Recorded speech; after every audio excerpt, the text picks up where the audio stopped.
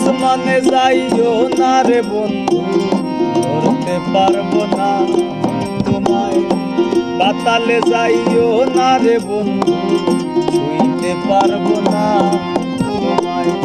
আসমানে যাইও না রে বন্ধু, ধরতে পারবো না তোমায়। পাতালে যাইও না রে বন্ধু, ছুঁইতে পারবো না তোমায়।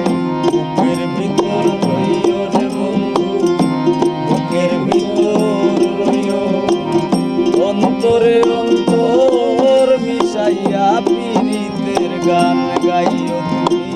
পুরো নাম মোহাম্মদ মতিউর রহমান হাসান, কিন্তু গানের জগতে সবাই তাকে চেনে পাগল হাসান নামে। সিলেটের ছাতক উপজেলার সুরমা নদীর তীরে শিমুলতলা গ্রামে ১৯৮৫ সালে জন্মগ্রহণ করেন তিনি। জোড়াইয়া পীড়িতের বান্ধে আমার কষ্টে কাটে ১২ মাস। পীড়িত বাড়াইলা রে বন্ধু, করলা সর্বনাশ। পীড়িত বাড়াইলা রে বন্ধু, করলা সর্বনাশ। অল্প বয়সে বাবাকে হারান হাসান। এরপর হাতে তুলে নেন দোতারা। বাড়ির পাশে সুরমা নদীর পাড়ে বসে লেখা শুরু করেন, গান শুরু করেন নিজেই। গান আমি যখন প্রথম রচনা করি, আমি তখন আসলে তখন আমি হয়তো জানতাম না যে গান বলে পৃথিবীতে কিছু আছে।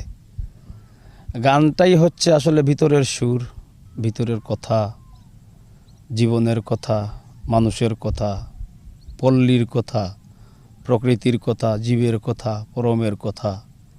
এই হচ্ছে গান। গান লিখতে গেলে দরকার হচ্ছে আপনার বুক ভরা পরম দুঃখের দরকার, তবেই কেবল বাউল অথবা লোকগানের সান্নিধ্যে আসা যায়, নতুবা পরম সুখেরও দরকার। গান লিখেছি প্রায় সহস্রাধিক, ১২-১৩শোর মতো হবে। হারিয়ে গেছে আমার প্রায় ১,০০০ গানের একটা ডায়েরি, আমি সেটা হারিয়ে ফেলেছি। জীবন খাতার প্রেম কলঙ্কের দাগ লাগাইয়া, আসমানে যাইও না রে বন্ধু, তুমি আইসো আমার বাড়িতে, বসতে দেব পিড়িতে, পীড়িতের ফান্দে, জীবন বাজি সহ রচনা ও সুর করেছেন ২,০০০-এরও বেশি গান। প্রেম কলঙ্কের দাগে দাগাইয়া, সারিয়া যাইও না বন্ধু মায়া লাগাইয়া।